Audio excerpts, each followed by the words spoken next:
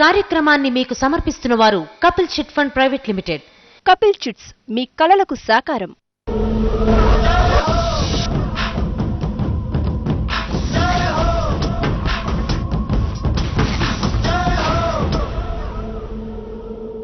Hi, welcome to Kapil chits Jai Ho success మంత్ర.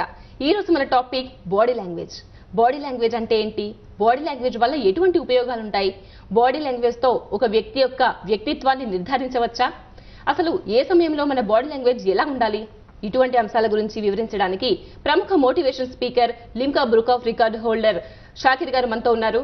నమస్కారం షాకిర్ గారు. Good morning సంధ్య గారు. ఓకే, అలాగే చర్చలో పార్టిసిపేట్ చేయడానికి మనతో ఉన్నారు కొంతమంది స్టూడెంట్స్ కూడా. Hi students. సార్, ముందుగా చెప్పండి, బాడీ లాంగ్వేజ్ అంటే ఏంటి, దాని గురించి చిన్నగా వివరించండి సార్. మనం ప్రతిరోజు ఎంతోమంది కొత్త వాళ్ళని పరిచయం చేసుకుంటూ ఉంటాం. ఈ పరిచయాల్లో అవతల వాళ్ళ గురించి మనకున్న సమయంలో తెలుసుకోవాలి, వాళ్ళు ఎలాంటి వాళ్ళు, వీరితో మన స్నేహం చేయొచ్చా లేదా, వీరు మంచివారా కాదా అని తెలుసుకునేటువంటి కుతూహలత మనందరిలో ఉంటుందండి. అయితే ఆ వ్యక్తి ఎలాంటి వాడని మనం తెలుసుకోవాలంటే సహజంగా తెలుసుకోలేం. తెలుసుకోవడానికి బాడీ లాంగ్వేజ్ చాలా ఉపయోగపడుతుంది అనమాట. సపోజ్ మనకి జ్వరంగా ఉంటే మనం డాక్టర్ దగ్గరికి వెళ్తాం. టెంపరేచర్ బట్టి అతని జ్వరం తీవ్రత ఎంత ఉందని డాక్టర్ నిర్ధారిస్తారు. ఆ విధంగా అవతల వాళ్ళ మనసులో ఉన్న భావాలను తెలుసుకోవడానికి బాడీ లాంగ్వేజ్ ఒక మిర్రర్లా పనిచేస్తుంది అనమాట. So body is the mirror of your mind. ఇప్పుడు మరి బాడీ లాంగ్వేజ్ వల్ల ఉపయోగాలు ఏంటి సార్? బాడీ లాంగ్వేజ్ దాన్ని ఏ విధంగా మనం యూజ్ చేసుకోవచ్చు, ఎలా మన వ్యక్తిత్వాన్ని బయట పెట్టవచ్చు బాడీ లాంగ్వేజ్తో?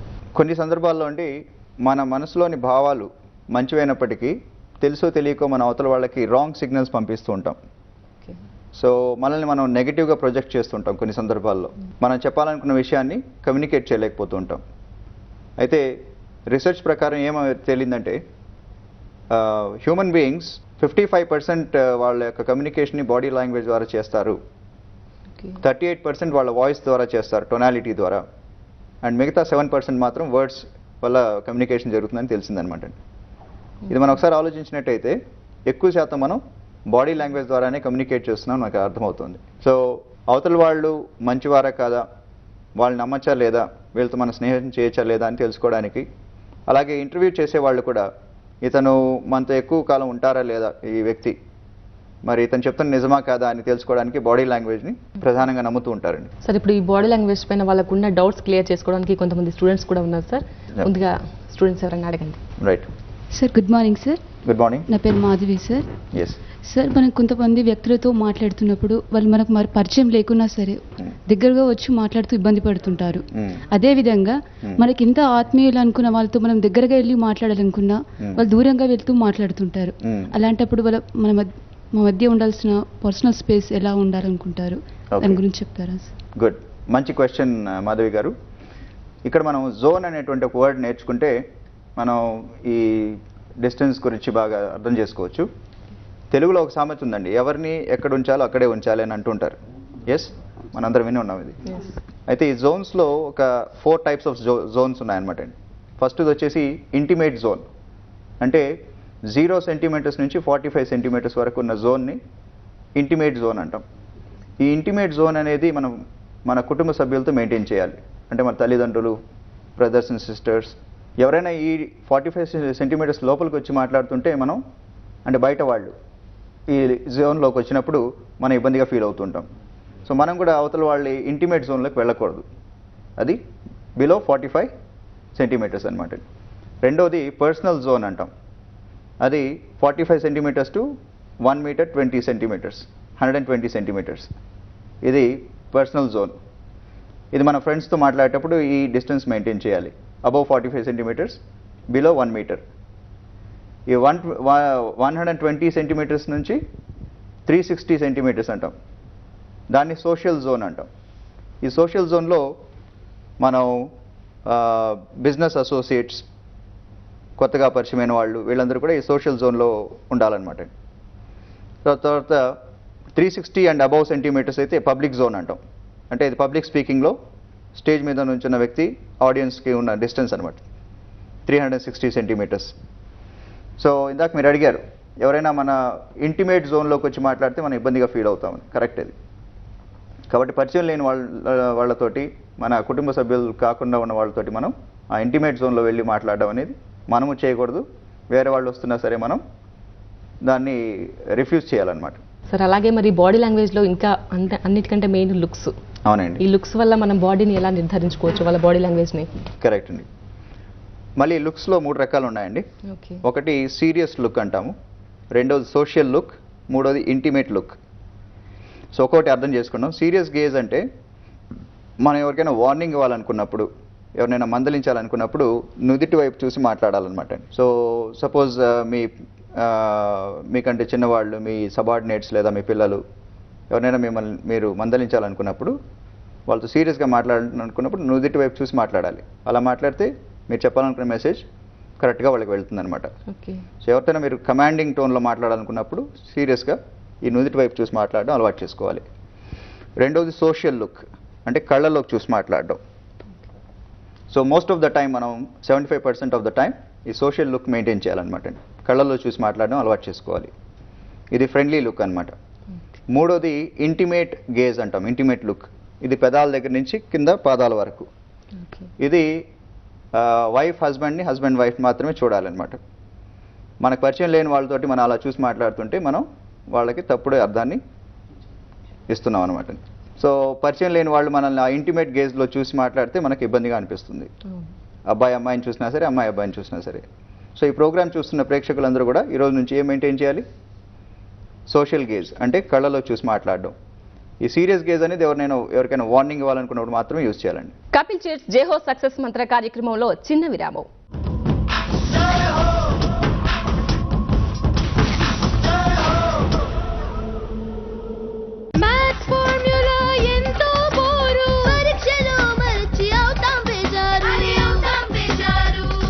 మీ పిల్లలు కూడా చదివిన వాటిని పరీక్షల్లో మర్చిపోతుంటారా? మెదడుకి అసంపూర్ణ పోషణ కారణం కావచ్చు. వాళ్ళకివ్వండి కొత్త కాంప్లాన్ విత్ మెమరీ చార్జర్స్. ఎందుకంటే ఇప్పుడు ఇది నిరూపితమైంది. దీని పోషణలో ఉన్నాయి 5 బ్రెయిన్ చార్జర్స్. అవి జ్ఞాపక శక్తిని పెంచడంలో తోడ్పడతాయి. కొత్త కాంప్లాన్ విత్ మెమరీ చార్జర్స్ తాగండి, ప్రభావం చూడండి.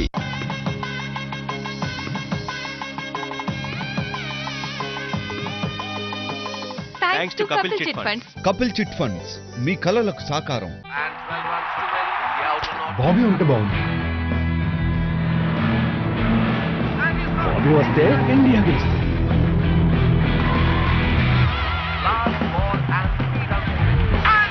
ఏపీఐఎస్ఎం నాణ్యతతో కూడిన వీడాల్ టేకా 40+ ఇంజన్ ని అధిక స్ట్రాంగ్ గా, అధిక యంగ్ గా ఉంచుతుంది.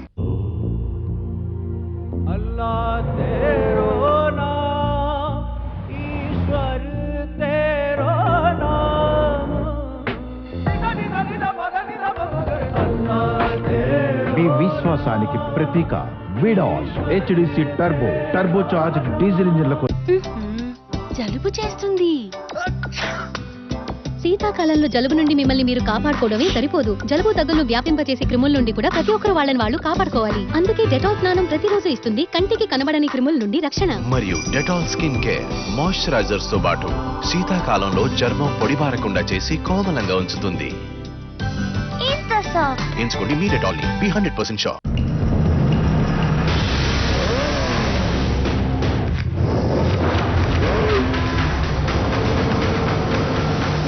Castrol Power One with Power Release Formula. It's more than just oil. It's liquid engineering.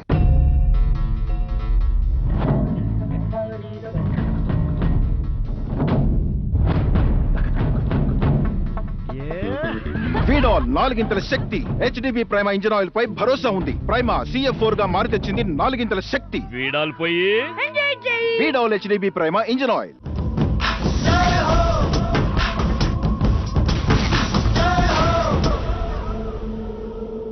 Kapil chits Jaiho success mantra కార్యక్రమానికి తిరిగి స్వాగతం.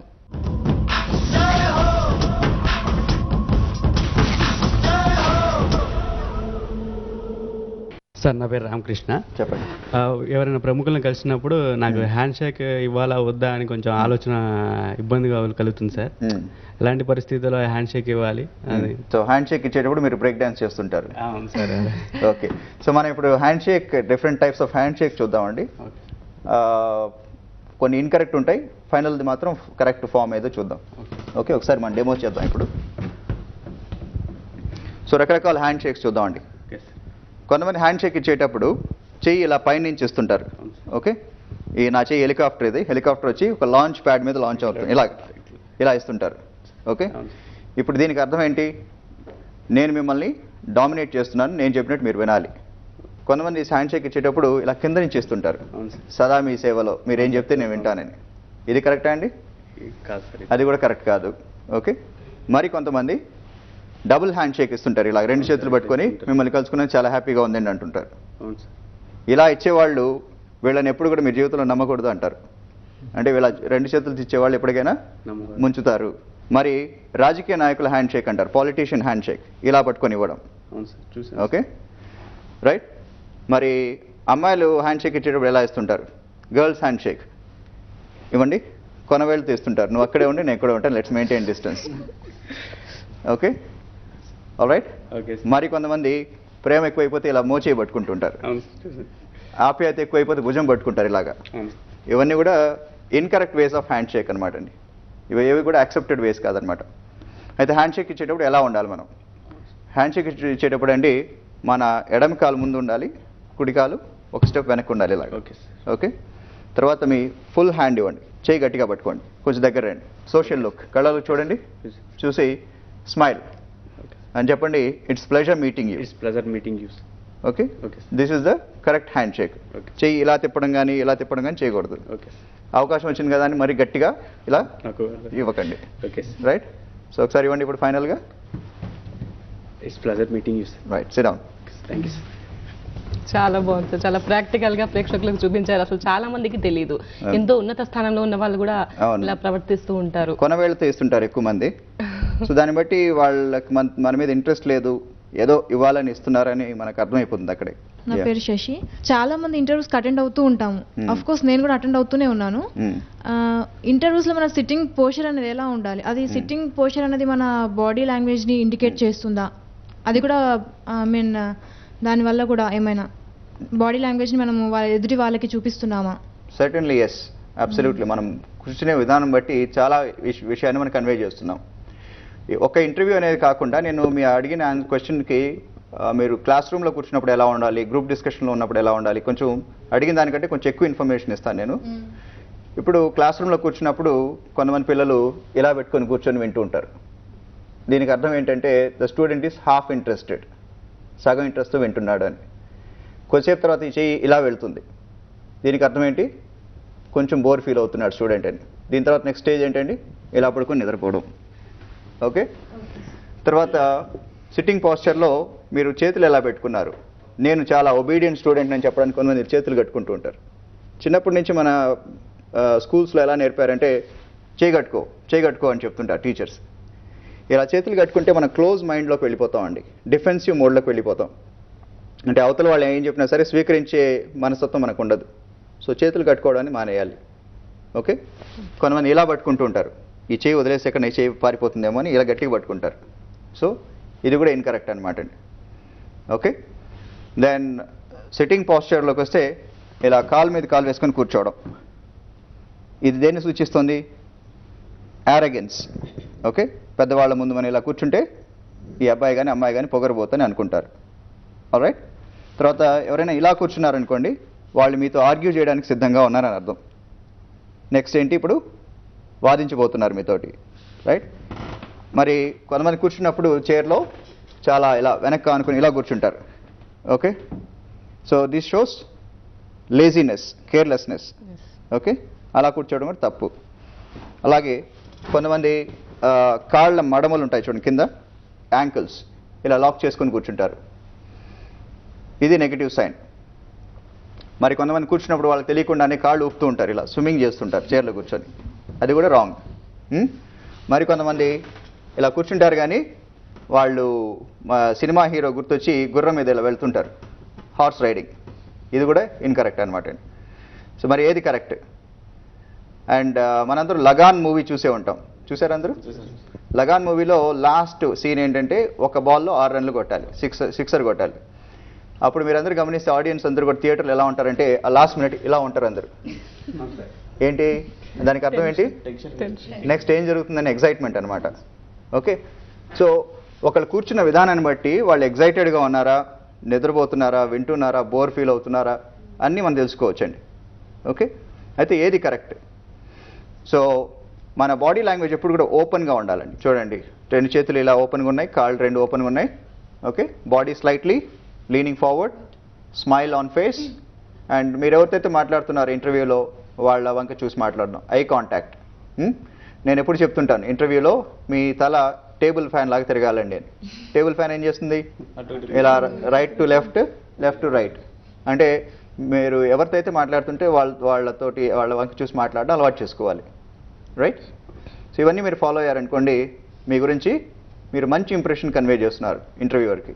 This girl is very confident, reliable, honest. Right? So ఇంకొకటి ఏంటంటే, ఇంటర్వ్యూవర్ ఏమైనా చెప్తున్నప్పుడు మీరు నాడింగ్, హెడ్ నాడింగ్ అంటాం, ఓకే అని చెప్పడం. ఏం ఎక్స్ప్రెషన్ లేకుండా ఎలా కూర్చుంటే రోబోలా ఉంటారు. కపిల్ చిట్స్ జై హో సక్సెస్ మంత్ర కార్యక్రమంలో మరో చిన్న విరామం.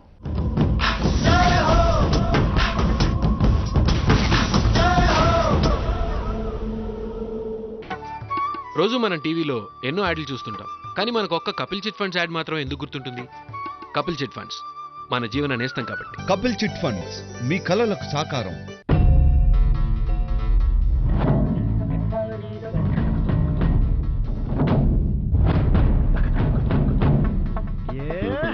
వీడాల్ 4 గింతల శక్తి. హెచ్డిబి ప్రైమా ఇంజిన్ ఆయిల్ పై భరోసా ఉంది. ప్రైమా CF4 గా మారి తెచ్చింది 4 గింతల శక్తి.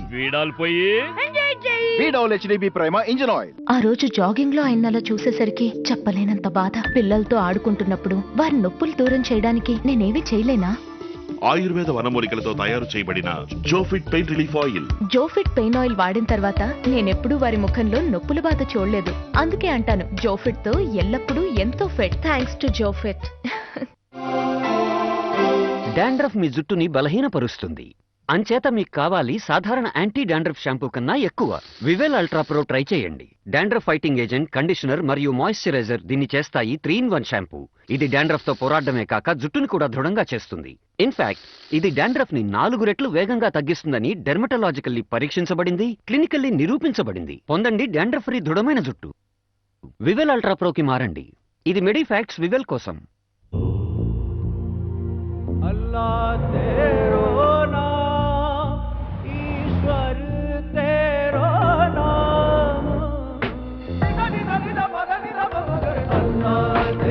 మీ విశ్వాసానికి ప్రతీక వీడాల్ హెచ్డిసి టర్బో చార్జ్డ్ డీజిల్ ఇంజిన్లకు. కొత్త వీట్ హెయిర్ రిమూవల్ క్రీమ్ ఇప్పుడు డబుల్ మాయిశ్చరైజర్ తో. ఇది నాకు ఇస్తుంది స్మూత్ మరియు గ్లోయింగ్ స్కిన్, అది కూడా కేవలం 3 నిమిషాల్లో. వీట్ ఒక అందమైన అనుభూతి. జలుబు చేస్తుంది. శీతాకాలంలో జలుబు నుండి మిమ్మల్ని మీరు కాపాడుకోవడమే సరిపోదు, జలుబు దగ్గులను వ్యాపింపచేసే క్రిముల నుండి కూడా ప్రతి ఒక్కరు వాళ్ళని కాపాడుకోవాలి. అందుకే డెటాల్ స్నానం ప్రతిరోజు ఇస్తుంది కంటికి కనబడని క్రిముల నుండి రక్షణ. మరియు డెటాల్ స్కిన్ కేర్ మాయిశ్చరైజర్స్ తో పాటు శీతాకాలంలో చర్మం పొడిబారకుండా చేసి కోమలంగా ఉంచుతుంది. ఎంచుకోండి మీ డెటాల్ ని. Be 100% sure. And 12 runs to win is the out or not. Bobby ఉంటే బాగుంది.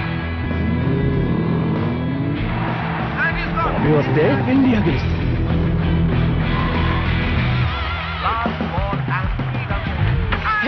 APISM నాణ్యతతో కూడిన వీడాల్ టేకాఫ్ 40+ ఇంజన్ ని అధిక స్ట్రాంగ్ గా, అధిక యంగ్ గా ఉంచుతుంది. స్లడ్జ్ అంటే ఇంజిన్ లో ఉన్న చెత్త మీ బండికి ప్రమాదకరం కావచ్చు. ఈ చెత్త మంచి మంచి బళ్లలోనూ పేరుకుంటుంది. పోయండి క్యాస్ట్రాల్ GTX. దీనిలోని స్లడ్జ్ బస్టర్స్ ఇంజిన్ ని చెత్తబారి నుంచి కాపాడతాయి. ఇక ఇంజిన్ తో పాటు పరువు కాపాడుకోవచ్చు. క్యాస్ట్రాల్ GTX సురక్ష. తెలుగువాడి గొంతుకను ఎలుగెత్తే నేస్తం, తెలుగు ప్రజల హృదయ స్పందనం.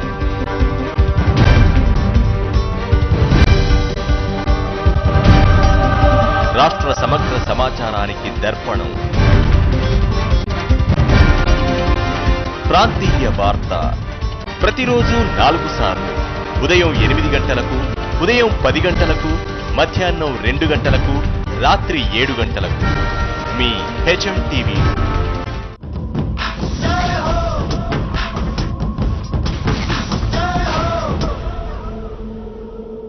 కపిల్ చిట్స్ జై హో సక్సెస్ మంత్ర కార్యక్రమానికి తిరిగి స్వాగతం.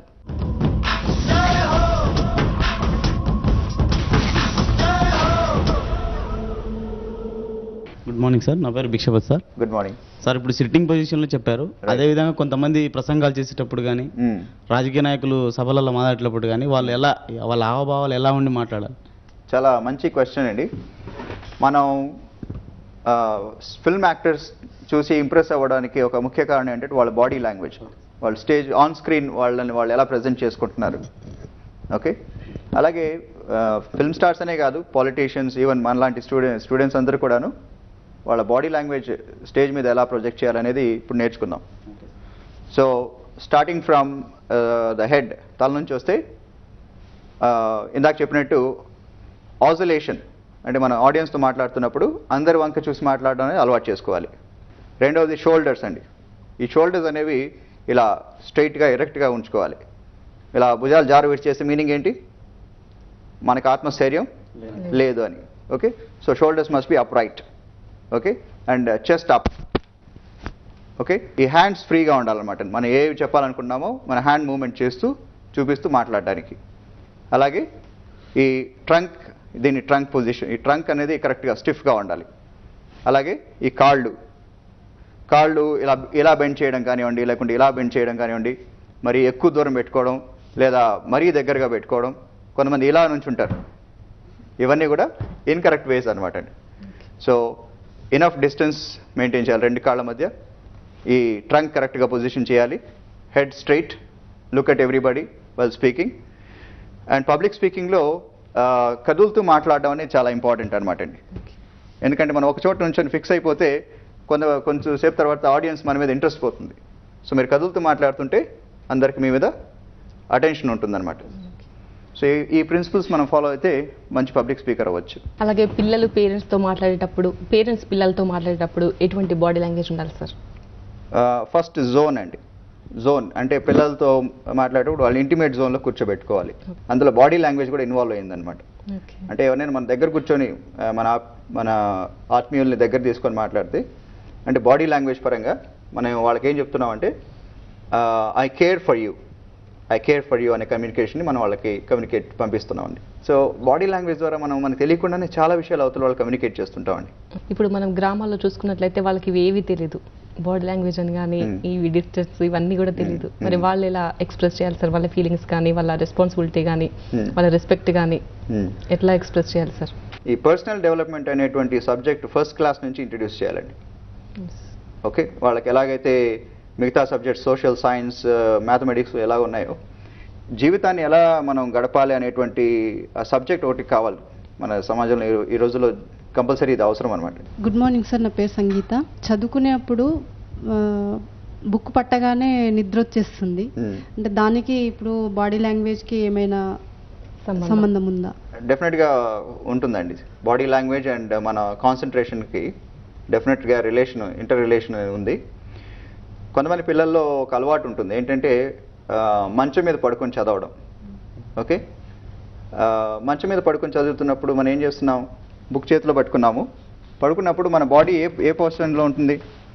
రిలాక్సింగ్ పాస్చర్లో ఉంటుంది, బాగా రిలాక్స్ అయిపోయి ఉంటాం. సో ఇలా పడుకొని చదువుతున్నప్పుడు మనం ఏం చెప్తున్నాం, మనకు తెలియకుండానే darling go to sleep, right? So మనకు తెలియకుండా మనం చెప్తున్నాం, మన మైండ్కి చెప్తున్నాం. బాడీ ఎప్పుడు కూడా స్లైట్లీ లీనింగ్ ఫార్వర్డ్ ఉండాలి. రెండు చేతులు కాళ్ళు దూరంగా ఉంచుకొని మీరు బుక్ చేతిలో పట్టుకొని చదివితే అప్పుడు ఇంట్రెస్ట్ ఎక్కువసేపు, కాన్సన్ట్రేషన్ మీకు ఎక్కువసేపు కుదురుతుంది అనమాట. సార్, కొంతమంది పెద్దవాళ్ళతో మాట్లాడుతున్నప్పుడు, ఎవరన్నా అంత వాళ్ళకు మించిన పెద్దవాళ్ళతో మాట్లాడుతున్నప్పుడు ఇలా చేతులు గిల్లేసుకోవడం కానీ చెమటలు వచ్చేస్తుంటాయి చేతులు, అంత టెన్షన్ ఎందుకు పడుతుంటారు సార్? నర్వస్నెస్. సో గోళ్ళు గిల్లుకోవడం, చెమట పడుతుందంటే వాళ్ళు నర్వస్గా ఫీల్ అవుతున్నారు, రైట్? సో ఇంటర్వ్యూకి వెళ్ళినప్పుడు ఇది జరుగుతూ ఉంటుంది, నెయిల్ బైటింగ్ అని చెప్తుంటాం, రైట్? పొద్దున్న ఇలాగ బ్రేక్ఫాస్ట్ చేయలేదని ఇంటర్వ్యూలో వచ్చి బ్రేక్ఫాస్ట్ చేస్తుంటారు. అలాగే చేతిలో కర్చీఫ్ పెట్టుకుని ఇలా నలిపేస్తూ ఉంటారు. ఇవన్నీ కూడా నర్వస్నెస్ సిగ్నల్స్ అనమాట. సో ఆ నర్వస్నెస్ రాకుండా ఉండాలంటే మీ బాడీ లాంగ్వేజ్ కరెక్ట్గా మీరు ప్రొజెక్ట్ చేయాలి. ఇప్పుడు నేను ఎలా కూర్చున్నాను, ఇలా కూర్చోవడం అలవాటు చేసుకోవాలి. కళ్ళలోకి చూసి మాట్లాడడం అలవాటు చేసుకోవాలి. సోషల్ లుక్, ఇవన్నీ కూడా ప్రాక్టీస్ చేయాలండి.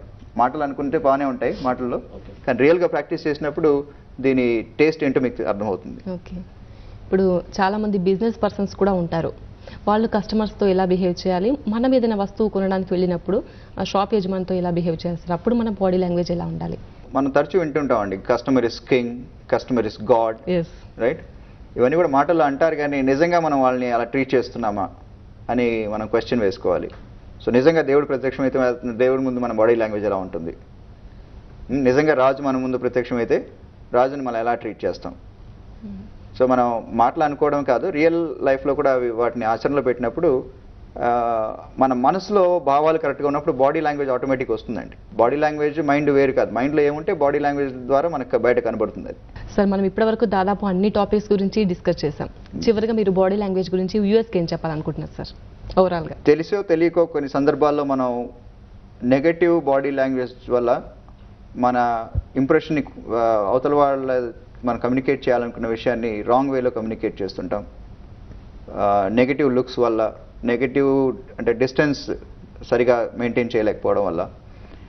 సో ఇవన్నీ కూడా కేవలం వినడం కాకుండా ఆచరణలో పెట్టడం అనేది చాలా ఇంపార్టెంట్ అండి. Because action is more important than knowledge. Knowledge సంపాదించడం కంటే కూడా దాన్ని ఆచరణలో పెట్టడం అనేది చాలా ఇంపార్టెంట్. కాబట్టి అందరూ యాక్షన్లో పెట్టాలి, దీన్ని చేతుల్లో చూపిస్తే బాగుంటుందని ఒక చిన్న సజెషన్ అందరికీ. అండ్ బాడీ లాంగ్వేజ్లో కొన్ని ఎగ్జామ్షన్స్ ఉన్నాయండి. మనం మామూలుగా ఎవరితోనే మాట్లాడుతున్నప్పుడు ఇలా తల గోక్కుంటుంటే మనం చెప్పేది ఇంట్రెస్ట్ లేదని మనం అనుకుంటాం, కానీ అతను డాండ్రఫ్ ఉండడం వల్ల కూడా తల గోక్కుంటూ ఉండొచ్చు. సో ఇలాంటి కొన్ని ఎగ్జామ్షన్స్ ఉన్నాయి. కానీ by and large body language అనేది ఇట్స్ అ ప్రూవెన్ సైన్స్, మనం నమ్మొచ్చు అనమాట. చాలా థ్యాంక్స్ షకీర్ గారు. బాడీ లాంగ్వేజ్ గురించి అసలు చాలా మంది చాలా లైట్గా తీసుకుంటారు. బాడీ లాంగ్వేజ్ అంటే ఏంటి, అది పెద్ద ఈ విషయం కాదులే అని అనుకుంటూ ఉంటారు. అలా కాకుండా బాడీ లాంగ్వేజ్లో ప్రతి ఒక్క అంశాన్ని ప్రాక్టికల్గా చేసి చూపించారు. అందుకు మరొక్కసారి ధన్యవాదాలు. ఇవన్నీ వ్యూయర్స్కి చాలా ఉపయోగపడతాయి సార్. ఇట్స్ మై ప్లెజర్ అండి. Thank you for having me on the show. Okay, thank you sir. అలాగే చర్చలో పార్టిసిపేట్ చేసినందుకు స్టూడెంట్స్ మీకు థ్యాంక్స్. చూసారుగా, ఇది వాటి కపిల్ చిట్స్ జై హో సక్సెస్ మంత్ర. బాడీ లాంగ్వేజ్ గురించి షాకిర్ గారు చెప్పిన ఎన్నో విషయాలు విన్నారు కదా. ఇవి వినడమే కాకుండా ఆచరించి మీ జీవితంలో కూడా సక్సెస్ సాధిస్తారని ఆశిస్తూ రేపటి ఎపిసోడ్లో మళ్ళీ కలుద్దాం. నమస్తే.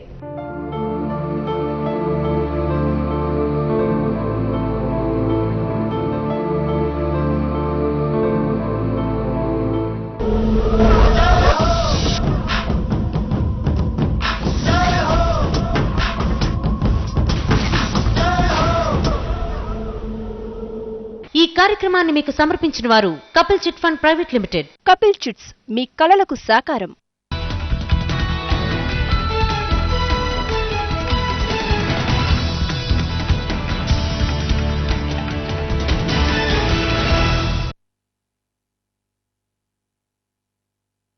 ఈ బులెటిన్ ను మీకు సమర్పిస్తున్న వారు పానాసోనిక్ ఆటోమేటిక్ కుక్కర్ కొనండి, 700 రూపాయల తగ్గింపు మరియు స్క్రాచ్ కార్డ్ పై విలువైన బహుమతులు గెలుపొందండి.